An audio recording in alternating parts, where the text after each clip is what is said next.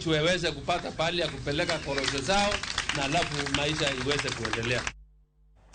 Joalang mar bodaboda orwako chenro mar apiko matiyo gi teko stima ndalo machuok kende bang' ten piny Kenya yango pikipiki matiyo gi teko stima e boma ma Mombasa. Maen kalure gi jakom mar bodaboda e pacho ka Kevin Mbadi. Kalure kod jakom gi Kevin, nengo mar mauta, pek mar ngima e kind midhiero mamoko ma jo bodaboda kale kinde ka kinde biro mana dok chien poni jo bodaboda biro nywako lwedo kendo rwako chenro matiyo gi pikipiki matiyo gi teko stima.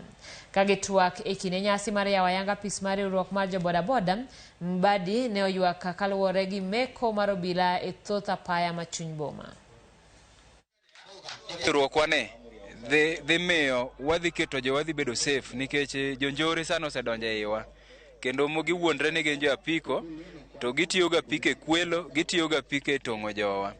Koro wan kaka members mag association wa support office mobedo launched, wa support leadership mana iye kanyo kendo wa support serikal mobiro moyie tiyo kodwa mondo watiek maundu. Tukiangalia uchumi wa nchi saa hizi, kama kutakuwa na hizo pikipiki za electric zitaingia mashinani itakuwa mzuri sana, kwa sababu mafuta nayo imekuwa bei kali. Unapata kwamba mtu wa bodaboda anaendesha pikipiki, hakuna kitu yote yenye anarudi nayo nyumbani. Pesa zote karibu zote zinaishia kwa mafuta na kulipa ile deni ya ile pikipiki. Lakini tunaangalia the value, ukiangalia the cost ya stima, ukicharge na ukiweka mafuta, at least ni 50% yenye utakuwa unabakisha kwa ile cost yenye ungenunua nayo mafuta. Kawuono be wadwa tackle wach ma police maharas jowa roundabout mar district kacha.